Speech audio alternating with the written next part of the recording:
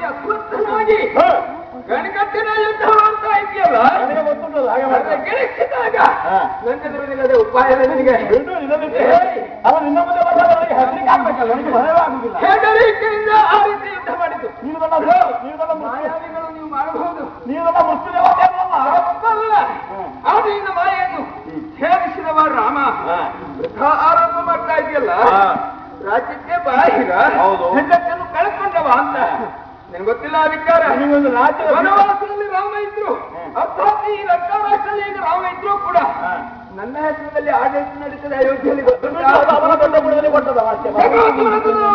ನಿನಗೆ ಬಡದ್ರೆ ಏನುಂಟಲ್ಲ, ಈಗ ಎಲ್ಲೇ ಇರಲಿ ಹೇಗೆ ಇರಲಿ ನನ್ನ ಈ ಪಾದುಕೆಗಳಲ್ಲಿ ರಾಮನನ್ನು ಕನ್ನಂತ ಆ ಭರತ ಆಡಳಿತ ಮಾಡ್ತಾ ಇದ್ದಾನೆ. ಅಯೋಧ್ಯೆಯವರ ಪ್ರಾಣ ಅಂತ ಹೇಳ್ಬೇಕಷ್ಟೇ ಅಲ್ಲ, ರಾಜ ಕುಳಿತು ಆಳ್ವಿಕೆ ಮಾಡಬೇಕಾದ ಪೀಠದಿಂದ ನಿನ್ನ ತಪ್ಪಲಿ ಕೂಡ ಇಟ್ಟಲ್ಲ. ಅಯೋಧ್ಯೆ ಜನತೆಯನ್ನು ಒಪ್ಪಿದ್ದಾರೆ, ಆ ತತ್ವವನ್ನು ಅಪ್ಪಿದ್ದಾರೆ, ಅಲ್ಲಿ ನನ್ನನ್ನು ಕಂಡಿದ್ದಾರೆ. ಮತ್ತೊಂದು ಅಪವಾದ ಹೇಳಿ ಹೆಂಡತಿಯನ್ನು ಕಳ್ಕೊಂಡದ್ದು ಅಂತ. ಕಳ್ಕೊಂಡದ್ದಲ್ಲ, ಹೆಂಡತಿನೊಟ್ಟಿಗೆ ಇರ್ಬೇಕಾದ್ದು ಇದ್ರು.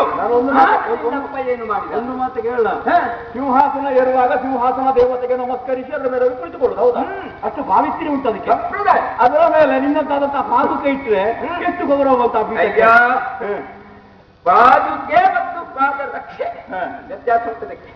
ಪಾದುಕೆ ಯಾವತ್ತೂ ಕೂಡ ಪಾವಿತ್ರ್ಯತೆಯನ್ನು ಕಳ್ಕೊಳ್ಳುವುದಿಲ್ಲ, ಅದನ್ನು ಧರಿಸಿ ಎಲ್ಲಿಯವರೆಗೂ ಹೋಗುವುದು ಅಂತಹ ಪಾವಿತ್ರ್ಯತೆ ಅದಕ್ಕುಂಟು. ಅಲ್ಲ ಇಲ್ಲ ಹಾಕುವುದೆರಡು ಕಾಲಿಗೆ ಅಲ್ವಾ,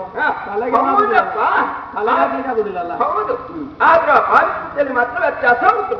ಆದ್ರಿಂದ ರಾಮನ ಪಾದುಕೆಯನ್ನು ತಲೆ ಮೇಲೆ ಹೊತ್ಕೊಂಡು ಹೋದ ಭರತ ನೀವು ದೊಡ್ಡ ಗುರು ಪಾದುಕೆ ಕಳ್ಕೊಂಡದ್ದು ಅಂತ ಹೇಳಿದೆಲ್ಲ ಹಾಗೆಲ್ಲ. ಇನ್ನೊಬ್ಬ ನಾನಿಲ್ಲದ ವೇಳೆಯಲ್ಲಿ ಮೋಸೆಯಿಂದ ರಾವಣ ಸನ್ಯಾಸಿಯಾಗಿ ಸೀತೆಯನ್ನು ಅಪಹರಿಸಿದ್ದು. ಒಂದು ವೇಳೆ ನಾನು ಲಕ್ಷ್ಮಣನು ಅಲ್ಲಿ ಇದ್ದಿದ್ರೆ ನಿನ್ನಪ್ಪನ ತಲೆ ಅಲ್ಲಿಯೇ ಹಾರಿ ಹೋಗ್ತಿತ್ತು. ನಿಮ್ಮ ಅಪ್ಪನಿಲ್ಲದೆ ನೀವು ದಪ್ಪಗಿಲ್ಲಿ ಇರಬೇಕಾಗಿತ್ತು. ಮಾಯವನ್ನು ಭೇದಿಸಿದ ಅಂತ ಹೇಳ್ತಲ್ಲ ನೀನು. ನೀನು ಅವತ್ತು ಮಾಯ ಬಂದು ಯಾಕೆ ಬೇಯಿಸಲಿಲ್ಲ? ಎಲ್ಲಿ ಮಾರೀಚ ಮಾನ ಜಿಂಕೆ ಬರುವಾಗ ತರಲಿಕ್ಕೆ ಹೋಗಿದ್ದೆ, ಆವಾಗ ನೀನು ಮಾಯಗೆ ಒಳಗಾಗಿರುವೆ. ನಾನಿಲ್ಲದ ವೇಳೆಯಲ್ಲಿ ಅಪಹರಿಸಿದ್ದು ಇಲ್ಲಿ ಹಾಗಲ್ಲ. ಅವನಂತೆ ಅಯ್ಯ ಸರಿ, ನೀನು ಮಾಡಿದಂತಹ ಈ ಬದಲಿನ ಯುದ್ಧಗಳನ್ನೆಲ್ಲ ಕಂಡವ ನಾನು. ನಿನ್ನೆ ಮೊನ್ನೆ ಏನೆಲ್ಲ ಮಾಡಿದ್ದಿ ಅಂತ, ಆದ್ರೆ ಯಾವುದರಲ್ಲೇ ಕೂಡ ಸಾಫಲ್ಯತೆಯನ್ನು ಪಡೆದದ್ದಿಲ್ಲ. ಮತ್ತೆ ಇಂದ್ರನ್ನು ಗೆದ್ದಿದ್ದೇನೆ, ವಿಪತ್ತಿಗೊಂದು ಗೆದ್ದಿದ್ದೇನೆ. ಆ ಕಾಲ ಬೇರೆ, ಈಗ ಕಾಲ ನಿಮಗೆ ಅನುಕೂಲವಾಗಿಲ್ಲ, ಪ್ರತಿಕೂಲವಾಗುಂಟು. ಇಲ್ಲ ಇದ್ರೆ ಆ ಶರದಿಗೆ ಸೇತುವನ್ನು ಬಲಿಯಲ್ಲಿ ವರುಣ ನಿಮಗೆ ಸಹಾಯ ಮಾಡ್ತಿರ್ಲಿಲ್ಲ. ನಿಮ್ಮ ಆ ಲಂಕೆಯನ್ನು ಸುಡುವಲ್ಲಿ ಅಗ್ನಿ ಸಹಾಯ ಮಾಡ್ತಿರ್ಲಿಲ್ಲ. ಅವರೆಲ್ಲ ನಮಗೆ ಸಹಾಯಕರಾಗಿದ್ದಾರೆ. ಹಾಗೆ ನಿಮ್ಗೆ ಅವನಕ್ಕೆ ಕಾಲ ಬಂದಿದೆ ಅಲ್ಲ, ಅವರ ಸಹಾಯ ಏನು ಮಾಡ್ಲಿಕ್ಕೂ ಆಗುದಿಲ್ಲ ಅಂತ. ಅಯ್ಯ, ನಾನು ಒಬ್ಬನಾಗಿಲ್ಲ ಅಂತ ಹೇಳ್ತಂತೆ, ನಿನಗೆಲ್ಲರೂ ಸಹಾಯ ಬೇಕು. ಸಹಾಯವೇ ಬೇಕು ನಿನಗೆ. ವೇಳೆಯಲ್ಲಿ ದೇವತ್ವ ಶಕ್ತಿಗಳು ಯಾವತ್ತೂ ಕೂಡ ಅನುಕೂಲಕರವಾಗಿ ಪ್ರೋತ್ಸಾಹವನ್ನು ಸಹಾಯವನ್ನು ಕೊಡ್ತವೆ. ನೀನು ಓರ್ವನೆಯಾಗಿ ವಿರೋಧಿಸುವಂತಹ ಸಾಮರ್ಥ್ಯ ಉಂಟು ರಾವಣನ ಸೇನೆ ಅದು ಹೇಳುವುದು. ನಿನಗೆ ಉಳಿದವರ ಸಹಾಯ ಇದ್ದ ಕಾರಣವ ನೀನು ವಿರೋಧಿಸುವುದು ಈಗ. ಇಂದ್ರಾರಿ ಏನು ಹೇಳು? ರಾತ್ರಿಯಿಂದ ನಡೆದಂತಹ ಯುದ್ಧದಲ್ಲಿ ರಾಮ ಏನು ಎಂಬುದನ್ನು ತೋರಿಸಿಕೊಟ್ಟಬೇಕಾಗುತ್ತೆ.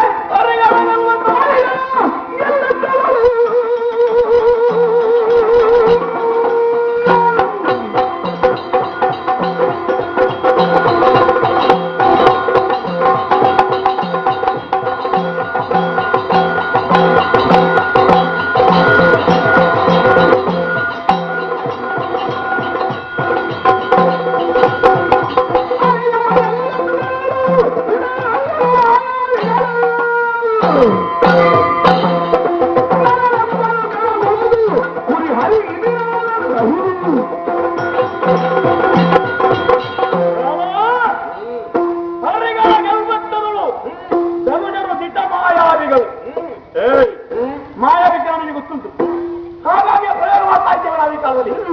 ಮತ್ತೆ ಎಲ್ಲಿವರೆಗೆ ಹೋಗಿದ್ದ? ನಿನ್ನ ನ್ಯಾಯ ನನಗೆ ಆಗ್ಬೇಕು ಅಂತ ಇಲ್ಲ, ಇಲ್ಲ ನಮ್ಮ ನ್ಯಾಯ ನನಗೆ ಆಗ್ಬೇಕು ಅಂತ ಇಲ್ಲ. ದಾನವರ ನ್ಯಾಯ ದೇವತೆಗಳಿಗೆಲ್ಲ, ದೇವತೆಗಳ ನ್ಯಾಯ ನಮಗೆಲ್ಲ. ದೇವಲೋಕ ಗೊತ್ತು ನನಗೆ. ಹೇಗೆ ದೇವಲೋಕದಲ್ಲಿ ಏನು? ರಂಬೆ ದೇವೇಂದ್ರನ ಮನೆಗೂ ಹೋಗುತ್ತಾನೆ, ಜಯಂತನ ಮನೆಗೂ ಹೋಗುತ್ತಾನೆ. ಹೌದಪ್ಪ. ಅದು ಮಾಯಾವಿದ್ಯೆ ನನಗೆ ಕರಗತವಾಗಿದೆ, ಹಾಗಾಗಿ ಅದನ್ನು ಪ್ರಯೋಗ ಮಾಡಿದ್ದೇನೆ. ನಿನ್ನ ಸೇನೆ ಅರೆಗಳಿಗೆ ಅದಕ್ಕೆ ಒಳಗಾಗದ ಹೌದಲ್ಲ.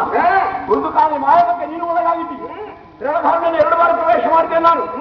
ನಾಗಾಸ್ತ್ರ ಪ್ರಯೋಗ ಮಾಡಿದಂತಹ ಕಾಲಕ್ಕೆ 12 ಜಾತಿಯ ಮಹಾ ಸರ್ಪಗಳು ನಿನ್ನನ್ನು ಹಾಗೂ ರಕ್ಷಣೆಯನ್ನು ಬಂಧಿಸಿ ನೀನು ಜಲೆಯಲ್ಲಿ ಮೂರ್ಛಿತನಾಗಿ ಬಿದ್ದಿದೆ.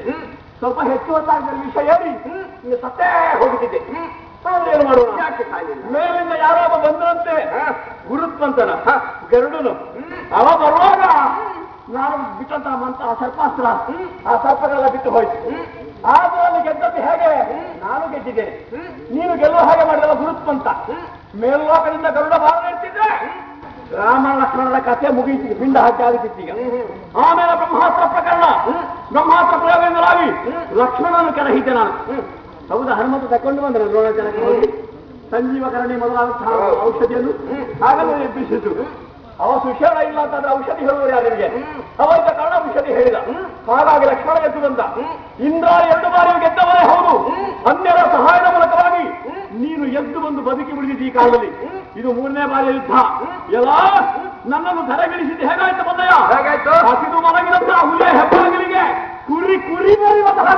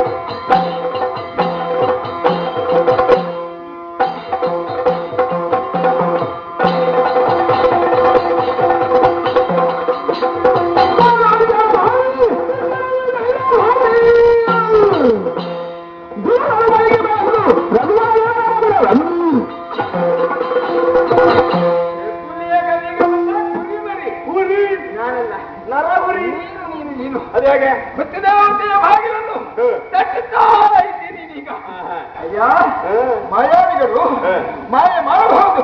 ಅದು ನಿಮ್ಮ ಜನಕ್ಕೆ ಆಗಿರುವಂತಹ ಕಾರ್ಯ. ಆದ್ರೂ ಅದು ಯಾಕೆ ಕಲಿಸುವುದಿಲ್ಲ? ಯಾಕೆ? ಆದ್ರಿಂದ ಅಲ್ಲ, ಮಾಯಾವಿಗಳಂತಹ ನೀವು ಮಾಟವು ಮಂತ್ರವು ಇನ್ನಿತರ ದುಷ್ಕೃತ್ಯಗಳಿಂದ ದುರಾಚಾರಗಳಿಂದ ಗೆಲ್ಲಬೇಕು ಅಂತ ಪ್ರಯತ್ನ ಪಟ್ಟರು ಒಮ್ಮೆಗೆ ಸಫಲರಾಗ್ತೀವಿ. ಆದ್ರೆ ಅದು ಶಾಶ್ವತವಲ್ಲ. ಶಾಶ್ವತ ಎಂಬುದು ಯಾವುದು?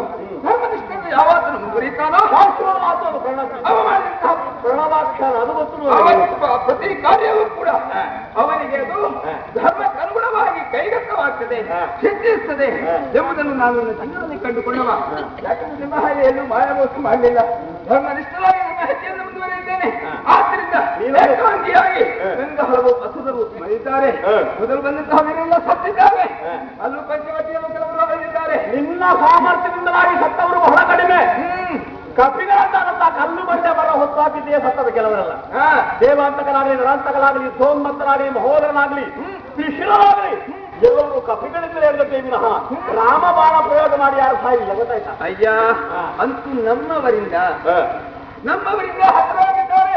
ಮತ್ತೆ ಬ್ರಹ್ಮಾಸ್ತ್ರ ಪ್ರಕರಣ ಹೇಳಿದೆಯಲ್ಲ, ಲಕ್ಷ್ಮಣ ಮೊದಲು ನೀನು ಆ ಹುಡುಕನ್ನು ಕಟ್ಟಿಗೆ ಅಂತಂದ್ರೆ ಹೌದಾ? ಆಗ ಬಿಚ್ಚುವುದಕ್ಕೆ ಯಾರು ಆಗಲಿಲ್ಲ. ಮೊನ್ನೆ ಆಮೇಲೆ ಗುರುತ್ಕೊಂಡ ಬಂದ ಆದ್ರಿಂದ ನಾವಲ್ಲಿಂದ ಬಂದ ವಿಮೋಚನೆ ಹೊಂದಿದ್ದೆವು. ಹಾಗಿದ್ರೆ ನೀನು ಮಾಡಿದ ಕಾರ್ಯ ಸಫಲ. ನಾನು ಹೇಳಿದ್ದೇನೆ ಗೊತ್ತಾಯ್ತು. ನಿನಗೆ ಅನ್ಯರ ಸಹಾಯ ಅಲ್ಲದೆ ಏನೂ ಮಾಡಲಿಕ್ಕೂ ಸಾಧ್ಯ ಇಲ್ಲ. ನೀನು ಒಬ್ಬಂಟಿಗರಾಗಿ ಹೋಗಿಸ್ತೀಯ. ಅದು ನಮ್ಮವರಿಂದ ಅಂತ ಹೇಳಿದ್ರೆ ನಾನು ಅವ ಮೇಲೆ ಸಹಾಯಕರಾಗಿದ್ದಾರಲ್ಲ, ಈಗ ಸಹಾಯಕರಾಗಿದ್ದಾರಲ್ಲ ಅವರು. ಈಗ ಇಳಿಸಿದ್ದಲ್ಲ ಏನು ಮಾಡ್ತೀನಿ ನೀವು? ಏನು ಮಾಡ್ತೀನಿ?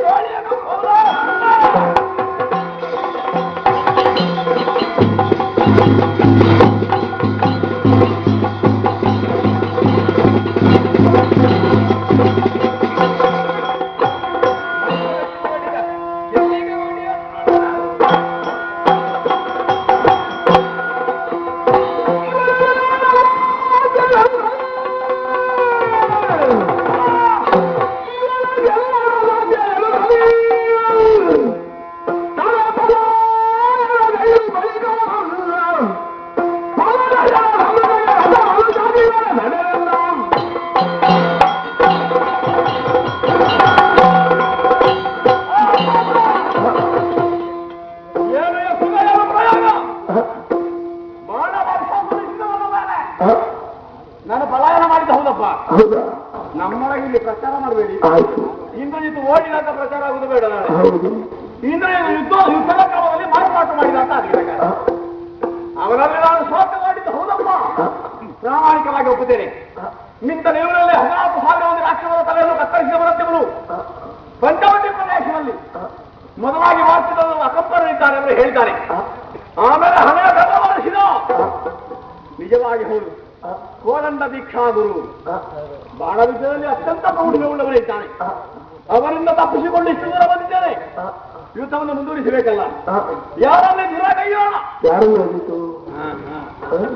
ಅವರ ಸಿಂಹನಾದ ಕೇಳ್ತಾ ಉಂಟಲ್ಲ ಅಂಜನೇಯ, ಅವ ಕಪಿಯಾಗಲು ಕಪಿನಾದ ಮಾಡುವ ಸಿಂಹನಾದವನನ್ನು ಗರ್ಜಿಸುವವರು. ಸರಿ, ಹಾರಸಿ ರಥವನ್ನು ಆಂಜನೇಯನ ಮುಂದೆ ಹಾರಿ